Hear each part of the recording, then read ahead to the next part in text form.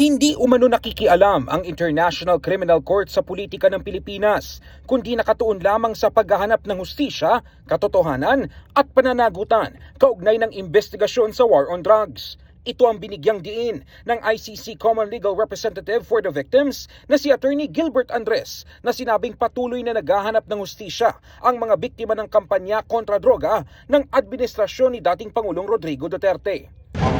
First, the ICC doesn't care about Philippine politics. It only cares about justice, truth, and accountability. Second, let's never forget that the victims of Duterte's war on drugs are crying for truth, justice, and accountability. Maituturing umanong gaslighting ang naging pahayag ni Vice President Sara Duterte kung saan tinawag niyang tuta ang ICC ng administrasyon ni Pangulong Ferdinand Marcos Jr.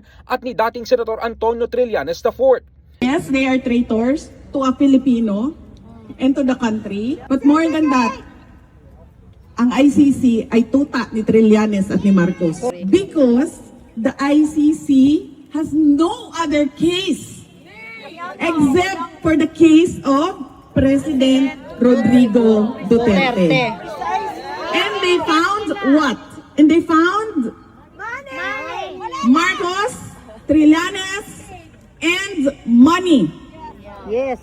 In the Philippine case. Maleta ang pinag-uusapan dito. Saad ni Attorney Andres, pagpapakita ito ng kawalan ng paggalang ni VP Sara sa mga institusyong nagsusulong ng accountability. What VP Sara is doing is big time na gaslighting of the ICC, and it shows that she does not respect institutions of accountability such as the ICC.